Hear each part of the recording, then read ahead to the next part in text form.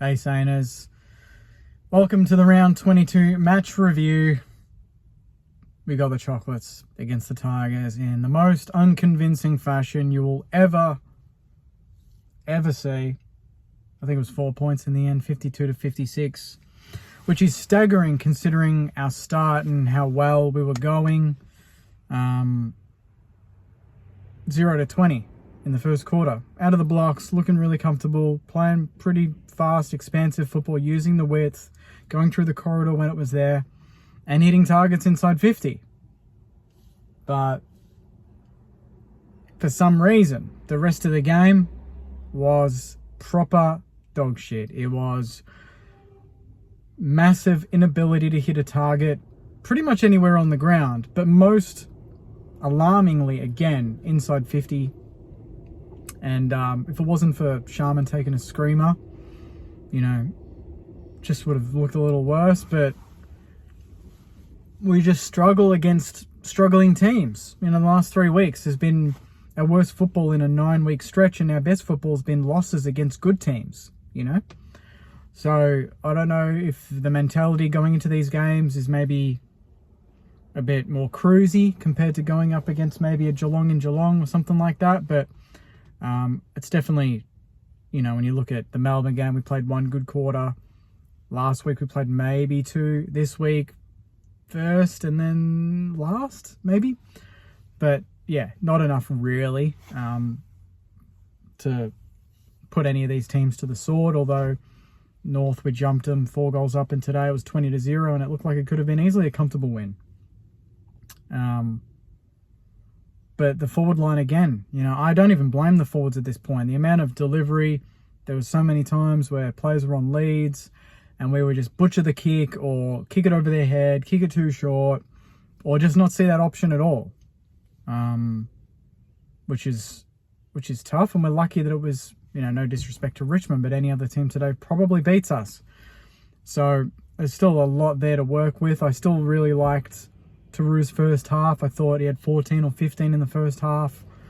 Windhager had 22 at half time, but I can't really put my finger on if he was a key difference at that point in time or if it was just a lot of inside work. And Cal Wilkie got the Ian Stewart medal. So 29 disposals, 16 marks. I just wish he didn't have to do what he did today, because that just means the mids and the forwards are doing the job and the ball's not really getting in at an alarming rate. But for him to have an all-time game like that and win pretty much the best on-ground medal, that just goes to show that Richmond did have their chances. They absolutely could have won this game. They had chances late. They had chances in the third. They got 8 points up. So for us to rally and win, great. But for us to even be in that situation, not so great. But it is round 22. We are not making finals.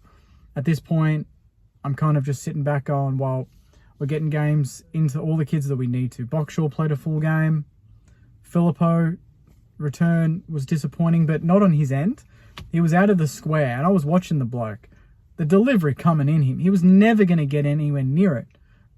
Riley Thilthorpe would have gone goalless in our first half, in the first 3 quarters, with the delivery that he was getting. We could have had any number of different forwards in there, and I can guarantee it wouldn't have made much of a difference. I think on radio, I was told that the third quarter was our worst quarter on record in I don't know how many years, but a long time. And that's in their logic was, in terms of disposal efficiency, in terms of lack of scoreboard pressure, in terms of, I think we gave up 8 or 9 free kicks in that quarter alone, which was a lot of dropping the balls and that sort of thing. And then obviously Richmond had the better of us. So when you look at some of our worst quarters through this year, yeah, the second and most notably the third, really disappointing. But I find it staggering that we play on instinct against Melbourne in that last quarter. It looks great. And then last week, and obviously more importantly today, we play really methodical football across the ground. Like, Wilkie would get it. We'd switch it again. We go back in the middle, not on. We go wide, cut back in. And we would just take our time. But against a team like Richmond, you got to go for it. Put them under pressure. They will crack. They're not an experienced team. They're playing kids, you know. So to get the ball in there deep and to put them under the pump forces some mistakes on their end and forces them to not get comfortable.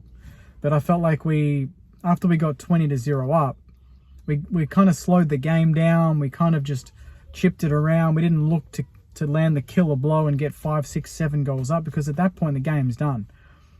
We kind of got on the edge of that, and then we do what we do really well, which is make a couple of silly mistakes, give away some red time goals, and give them some motivation going into the next quarter. And we did that at the end of the first. We did that all of the second, all of the third, and a little bit of the fourth. But, you know, Jack Sinclair really did kind of save us in that fourth. He lifted Max Hall, Naz. You know, Naz was the only player really that could hit a target inside 50. So this game was just pure ugly football on both ends. I thought Richmond brought the heat, you know, but we got sucked into it. I thought we got sucked into it. Woody said it during the game. When we play really good teams, we seem to lift and play better football.